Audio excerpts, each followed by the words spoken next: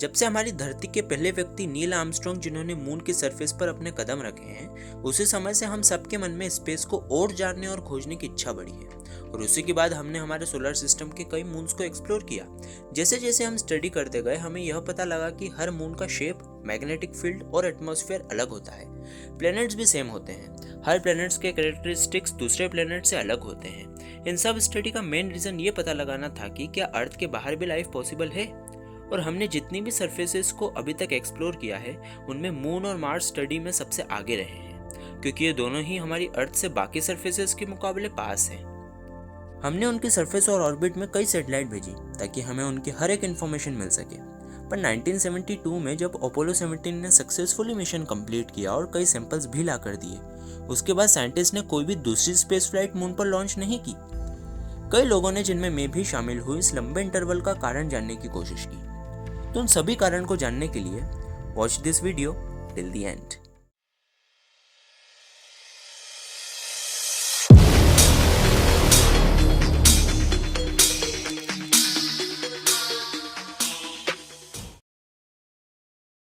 तो लगभग 50 साल तक कोई स्पेस फ्लाइट नहीं। क्या नासा को यह जर्नी ज्यादा कॉस्टली लगी, या फिर उन्हें यह लगा कि यह जर्नी ज्यादा वर्दी नहीं है?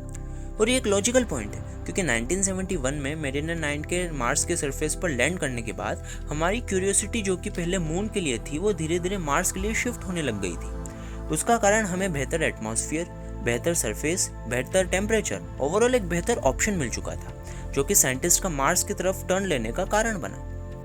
तो चलिए उन डिफरेंसेस पर नजर डालते हैं। पहला डिफरेंस है ग्रेविटी। मून की ग्रेविटी अर्थ के कंपैरिजन में सिर्फ 1/6 है, जो कि हमें कई कार्डियोवैस्कुलर प्रॉब्लम्स के रिस्क में डाल देती है। क्योंकि ग्रेविटी के अगेंस्ट वर्क करना एक पार्ट है जिससे हमारी बॉडी फिट रहती है। पर यहाँ फिट रहना तो दूर, हमारी बॉडी में बोन और मसल लॉस होने लग जाएगा, जो कि हमारी बॉडी को फिजिकली वीक बना देगा। इस तरह के एनवायरनमेंट में कुछ समय रहना भी हमें कई हार्ट प्रॉब्लम्स दे सकता है। इसी के ऑपोजिट मार्स की ग्रेविटी लगभग मून से डबल से भी ज्यादा है, जो कि हमारी बोन्स को थोड़ा मजबूत बने रहने में मदद करेगी। दूसरा पॉइंट है एटमॉस्फेयर। मून की लो ग्रेविटी के कारण वह अपना एटमॉस्फेयर नहीं बनाए रख सकता। फिर भी उसके पास एक शूडो एटमॉस्फेयर है, जिसे एक्सोस्फेयर कहा जाता है। ये एक मैग्नेटिकली सस्पेंडेड गैसेस और पार्टिकल्स का मिक्सचर है, जो कि बिल्कुल भी एटमॉस्फेयर जैसा नहीं है। और एक रियल एटमॉस्फेयर ना होने के कारण मून अपने एनवायरनमेंट में सनलाइट को होल्ड नहीं कर सकता है। मतलब वहाँ टेम्परेचर रेगुलेटर नहीं है। इसी की वजह से वहाँ टेम्परेचर 150 डिग्री सेल्सियस से -150 डिग्री सेल्सियस तक हर 14 दिन में अल्टरनेटिवली शिफ्ट होता रहता है।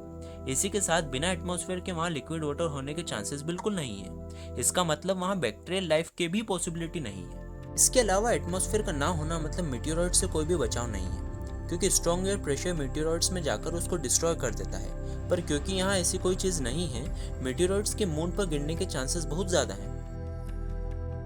इसके ऑपोजिट मार्स पर उसकी खुद की एटमॉस्फेयर है, जिसे मार्शियन एटमॉस्फेयर कहा जाता है। यहाँ तक कि एक समय में मार्स पर लिक्विड वाटर भी हुआ करता था, पर क्योंकि उसका एटमॉस्फेयर बहुत पतला है, वाटर ज्यादा समय तक उसकी सरफेस पर बने नहीं रह पाया और कुछ ही समय बाद इवोपोरेट हो गया।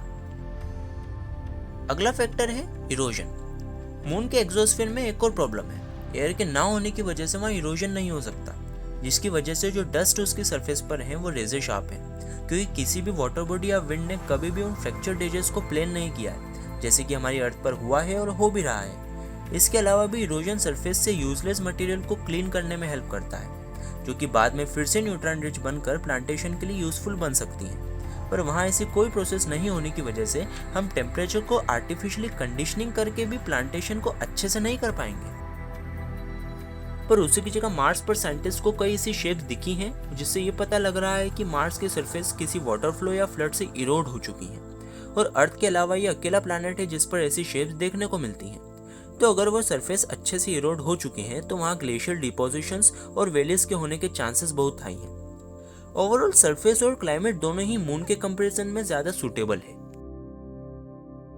फोर्थ फैक्टर है मैग्नेटिक फील्ड।